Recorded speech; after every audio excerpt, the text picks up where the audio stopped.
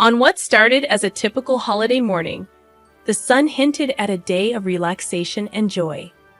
I found myself in the hallway, urging my son Aaron to hurry for his baseball game when the world as I knew it shattered. Opening the door, I stood frozen, confronted by a ghost from the past, my husband Mark, who had vanished without a trace 3 years prior. "This is our home," he declared, his voice a blend of certainty and doubt. Before I could process his presence, Clara, my sister-in-law, emerged from behind him. The sight of her ignited a storm of emotions within me. "We're going to take custody of Aaron," Clara announced, her words dripping with false sweetness. Memories flooded back, the countless times I had pondered this exact scenario. With Mark and Clara's simultaneous disappearance, it couldn't have been mere chance. Lost in thought, I barely noticed Aaron's voice behind me. "Hey, Mom, who are you talking to?" My heart clenched at the sight of my oblivious son, unaware of the impending turmoil. Clara turned her predatory smile towards him. "It's nice to finally meet you, Aaron. I've wanted to meet you for so long." Her words churned my insides, masking her manipulative nature. Confused, Aaron glanced at me. "Dad, what are you doing here? And who is she?" He moved closer, sensing the tension. Mark and Clara stood speechless, caught off guard by his confrontation. Before they could regain composure, Aaron spoke again, his voice tinged with anger. "We're about to leave. Move." Mark and Clara noticed something behind me, their faces drained of color. A bitter laugh escaped me as I saw my daughter Elise cradled in Aaron's arms. Mark's shock was palpable as he stared between Elise and me. "Mark, Clara," I began, my voice steady despite the chaos in my heart. "3 years ago, you left without a word. I was left alone to pick up the pieces, to raise Aaron, and to face an unexpected pregnancy." I paused, letting my words sink in. Clara's eyes narrowed, but I continued, "I'm not the same person you abandoned. I fought hard to build a life for my children and me, and I won't let you waltz back in to destroy that." Their faces reflected shock, disbelief, and briefly, guilt. But it was too late for apologies. "Please leave," I said firmly. "You have no right to be here." Mark opened his mouth, likely to offer an excuse or plea, but I shut the door on them, on the past they represented. Turning back to my children, I saw Aaron looking at me with newfound respect, and Elise gurgling blissfully, unaware of the storm that had just passed. I took a deep breath, steadying my racing heart. This was only the beginning. The battle lines had been drawn, and I was prepared to fight for my family's future. The days following Mark and Clara's unwelcome visit were a whirlwind of emotions and memories, a tidal wave threatening to drown me. I found myself revisiting the dark days after Mark's disappearance, the sleepless nights filled with worry, and the countless hours spent questioning what I could have done differently. Aaron had struggled the most. Once a cheerful and outgoing boy, he became sullen and withdrawn, his bright eyes dimming. I remembered the dinners he pushed away, the school events he begged me to skip, and the cold, distant looks that replaced his warm smiles. It tore at my heart, but I couldn't find a way to reach him. As I brooded over these memories, Elisa's innocent laughter echoed through the house, a stark contrast to the storm raging within me. She was my unexpected blessing, a light in the darkness of Mark's betrayal. Her birth had been a turning point for me, a moment of profound strength and vulnerability. One evening, as I tucked Aaron into bed, he turned to me with serious eyes. "Mom, why did Dad leave us? Did we do something wrong?" His question hit me like a physical blow. "No, honey, you did nothing wrong. Sometimes, adults make choices that don't make sense, and it's not because of anything you did." "But why did he come back, and with Aunt Clara?" The confusion in his voice was heartbreaking. I sighed, searching for the right words. "I don't know why they came back, but I do know that we are a family. You, me, and Elise. We'll get through this together." He nodded slowly, his young face etched with worries no child should bear. "I trust you, Mom. I just wish things were like before." I kissed his forehead, whispering, "I know, my love. I wish that too." The next day, I was jolted out of my reverie by a call from my lawyer. Miss Thompson, we need to discuss your legal options. Mark and Clara's claim is baseless, but we should prepare a case. I listened intently, my mind racing. This was my opportunity to push back, to ensure that Mark and Clara couldn't harm us any longer. Let's do it, I said firmly. I want to protect my children, and I won't let them be used as pawns in whatever game Mark and Clara are playing. Mr. Thompson's voice was reassuring. You're making the right decision. I'll start preparing the documents. We'll show them that they can't just walk over you. As I hung up, a sense of determination settled over me. Mark and Clara had underestimated me, thinking I would crumble under their pressure. But they were wrong. I was stronger now, tempered by the trials I had faced. Watching Elise play, I knew I would do whatever it took to keep them safe. This was no longer just about revenge. It was about justice for my children and me. Mark and Clara had awakened a fierce protectiveness in me, and I was ready to fight back with everything I had. As the days turned into weeks, my resolve hardened like steel. I was prepared for the legal battle ahead, but nothing could have prepared me for the emotional warfare that ensued. Mark and Clara, like vultures circling their prey, began their campaign to wear me down. One afternoon, as I collected Aaron from school, I found them waiting, their presence casting a dark shadow on the sunny day. Clara's voice was sickeningly sweet as she called out to Aaron, "Hi, sweetie. We've missed you so much." Aaron clung to my hand, his body tense. "Why are you here?" he asked, his voice barely above a whisper. Mark stepped forward, his expression one of feigned concern. "We just wanted to see you, son. We're your family too, you know." I felt a surge of anger. "You lost the right to call yourself his family when you abandoned him," I snapped, pulling Aaron closer. Clara's eyes narrowed, her facade slipping. "Lauren, you can't keep him from us. We have rights." "Rights? You have no rights here," I retorted, my voice cold. "You both made your choice 3 years ago. Now live with it." Mark's face twisted in anger. "You think you're so perfect, Lauren. You're just a bitter woman who couldn't keep her husband happy." I could feel Aaron's grip tighten on my hand, his small body shaking. "Let's go, Aaron," I said, turning to leave. But Clara wasn't finished. "You'll regret this, Lauren.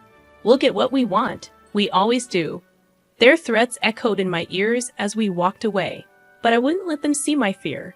I had to be strong for Aaron and Elise. That night, their words haunted me. The thought of losing Aaron to those two was unbearable. I couldn't let it happen. I had to be smarter, stronger. The next day, I met with Mr. Thompson, my determination like a shield around me. "I want full custody of Aaron, and I want Mark and Clara to have no visitation rights," I stated firmly. Mr. Thompson nodded. "It's going to be a tough battle, but I believe we can win this.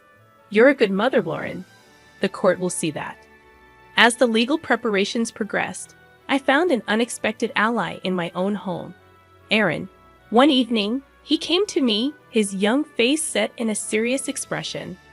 "Mom, I want to tell the judge that I want to stay with you, Dad, and Aunt Clara. They're not my family, not really." Tears welled in my eyes as I hugged him tightly. "Thank you, Aaron. That means more to me than you'll ever know." The day of the court hearing arrived like a storm on the horizon. I walked into the courtroom with Aaron by my side, ready to fight for our future. As the proceedings began, Clara tried to play the doting aunt, her words dripping with insincerity. Mark played the role of the repentant father, but his eyes were cold and calculating. However, when Aaron spoke, his voice clear and unwavering, the truth shone through. "I want to stay with my mom. She's been there for me when no one else was." The judge's decision came like a ray of sunlight through the clouds. Full custody granted to me with no visitation rights for Mark and Clara. As we left the courtroom, Mark's face was a mask of rage, and Clara's eyes burned with malice. But it didn't matter. We had won, Aaron and I together. The victory in court brought a temporary sense of peace, but it was short-lived. Mark and Clara, like wounded animals, became more desperate and dangerous in their tactics. They started a slanderous campaign, spreading lies and rumors about me in our community. It was a psychological warfare I hadn't anticipated. One evening, Aaron came home from school, his eyes brimming with unshed tears. "Mom, kids at school are saying you stole me from Dad, that you're keeping me away from him because you're mean." My heart broke at his words. "Aaron, you know that's not true. Everything I've done to protect you and Elise." He nodded, but the doubt was evident in his eyes. "I know, Mom, but it's hard. They don't understand." I hugged him, feeling his small body tremble. "I know it's hard, sweetheart, but we'll get through this. We're stronger than their lies." As the days passed, the rumors grew more vicious. Clara had always been cunning with her words, and now she used them like a weapon to turn my world upside down. I knew I had to fight back, but I was wary of stooping to their level. Then one day, Mark showed up at my workplace, a facade of remorse plastered on his face. "Lauren, can't we just talk about this for Aaron's sake?" His words were like poison, and I could see through his act. "There's nothing to talk about, Mark. You made your choice. Now live with it." He grabbed my arm, his grip tight. "You're ruining my life, Lauren, you and that kid." I pulled away, my voice steady. "No, Mark, you did that all by yourself." As I walked away, his parting words sent a chill down my spine. "This isn't over, Lauren." I refused to yield easily. The legal victory had granted me custody of Aaron, but it hadn't brought an end to the battle. Mark and Clara persisted relentlessly, and I could see the toll it was taking on Aaron. He was caught in the middle of a conflict he couldn't comprehend, torn between his biological father and the mother who had never abandoned him. One night, Aaron came to me, his face troubled. "Mom, what if Dad changes? What if he wants to be a real dad?" His words struck me deeply.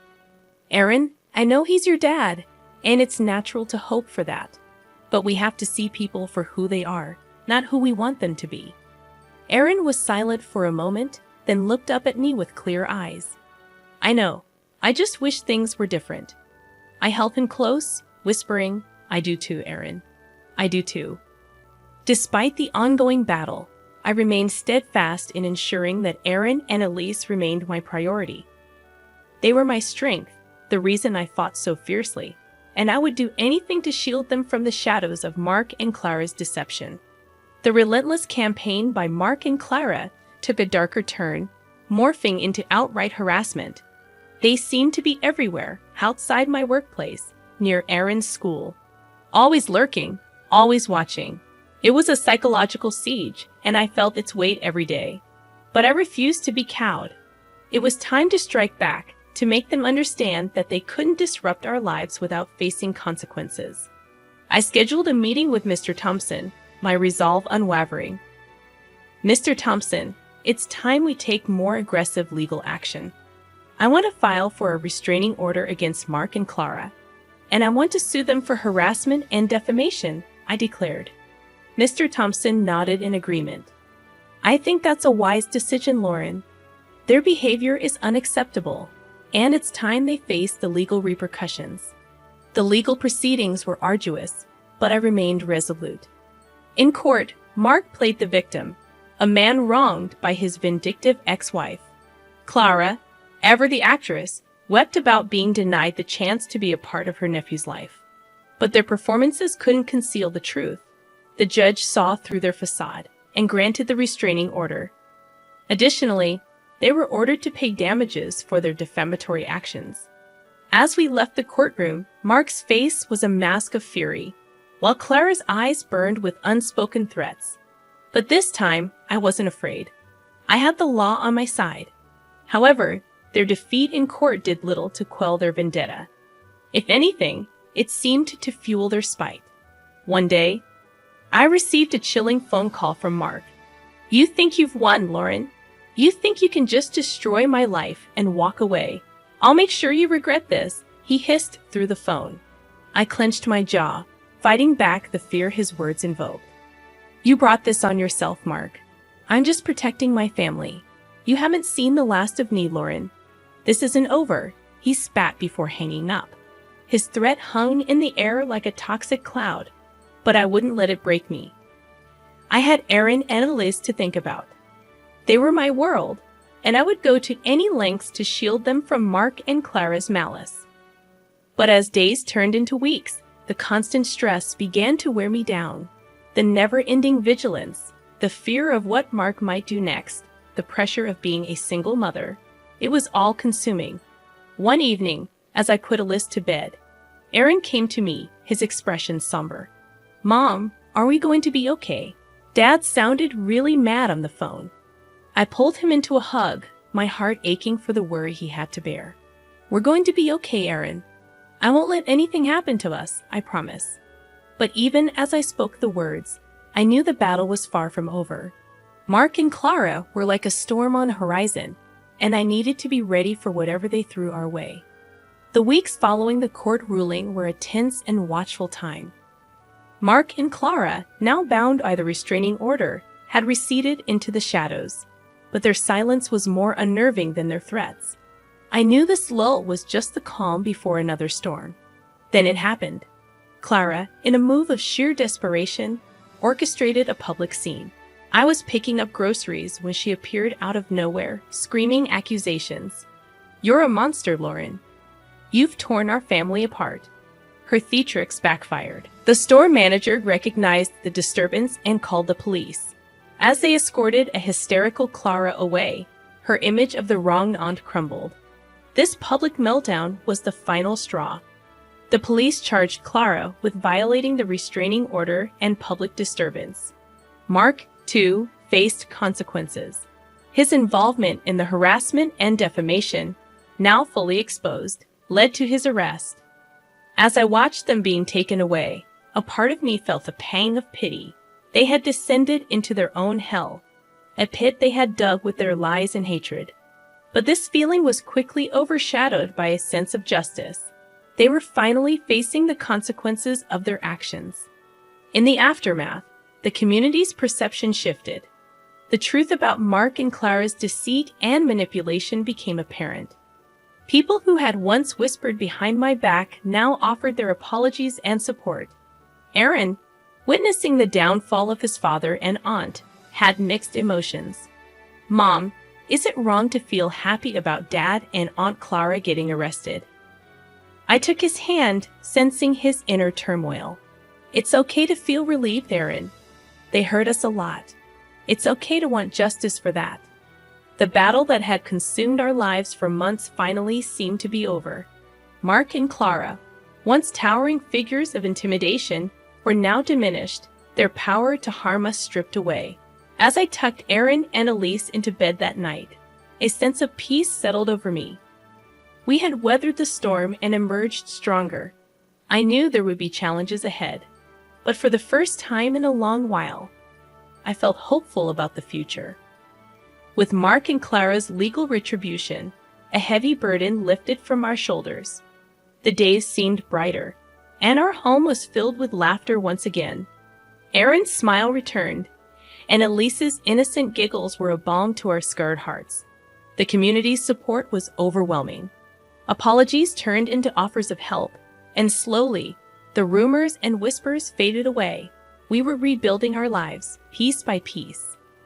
But the true testament to our newfound peace came on my birthday. Aaron, now more mature and thoughtful, had a surprise for me. He approached with a shy smile, a small gift in his hand. "Happy birthday, Mom. I made this at school for you," he said, handing me a beautifully crafted photo frame. It held a picture of the three of us smiling and happy. Tears welled up in my eyes as I hugged him. "Thank you, Aaron. This is the best gift I could ever ask for." Later that day, as we celebrated with a small party, our little family felt whole again. Friends and neighbors joined in, their presence a symbol of the life we had reclaimed. During the party, a new face appeared. Tom, a kind and understanding man I had met through my work. His support during our trials had been unwavering, and his presence now felt like a promise of new beginnings. "Happy birthday, Lauren. I hope this year brings you all the happiness you deserve," Tom said, his eyes warm and sincere. I smiled, feeling a spark of something new, something hopeful. "Thank you, Tom. It's already off to a great start." As the party wound down, Aaron came up to me, a serious look on his face. "Mom, I've been thinking. Maybe it's okay to start new things, to be happy again." I knelt down to meet his gaze. "It's more than okay, Aaron. We've been through a lot, and we deserve to be happy." He nodded, a small smile gracing his lips. "I like Tom. He's nice, and I think he makes you happy." I hugged him, my heart full. "He does, Aaron, and I'm glad you like him." That night, as I put Aaron and Elise to bed, I felt a sense of contentment I hadn't known in years. We had faced our demons and emerged victorious. Our future was ours to shape, and it looked bright and full of promise. Life had thrown us into turbulent waters, but we had learned to navigate the storm. Now, it was time to enjoy the calm, to embrace the new dawn that awaited us.